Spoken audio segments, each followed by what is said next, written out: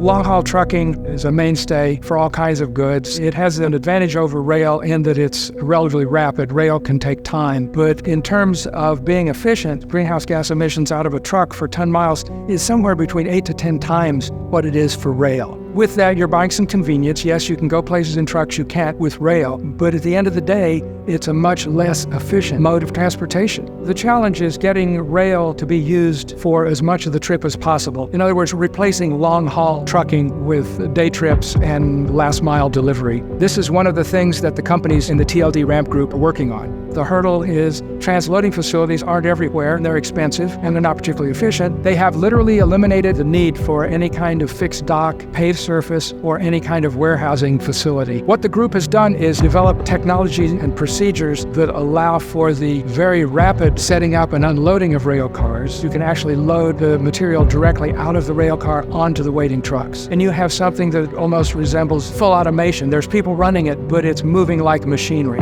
So you've eliminated a whole set of very expensive infrastructural elements from traditional transloading. There's an efficiency challenge. It's difficult to unload a boxcar. Most of us don't see boxcars in their regular life, but there's a lot of stuff packed in those things, and it's not easy to get that stuff out. Typically, it takes 20 to 30 minutes to set up a boxcar for standard transloading, and upwards of an hour, maybe over an hour, to actually unload that boxcar. That's the rub.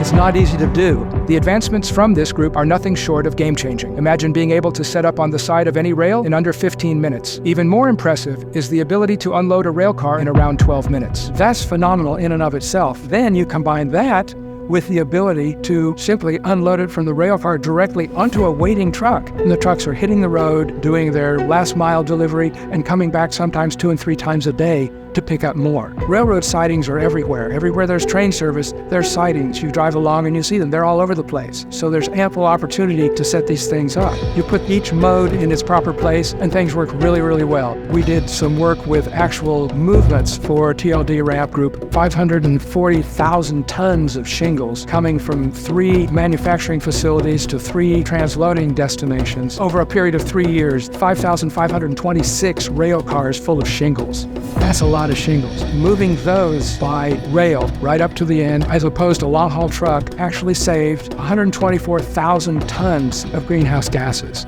Okay, that's a big number. What that is roughly 87 square miles. That basically covers all of Houston. Another way of looking at it is that's the equivalent of emissions of 78,000 passenger vehicle cross-country trips. It's so huge. When I was running the numbers, I thought I made a mistake. These are actual emission rates from EPA publications, readily available to anybody. The rest is just arithmetic. It's a phenomenal savings. And here's the best part. At no time during those 3 years were any of the facilities anywhere near at capacity. This was just one customer's product from 3 of their factories to 3 of their destinations. Imagine what would be if those facilities were operating at capacity with that kind of savings. This group's collaboration is literally making the future greener. It's as good as it gets.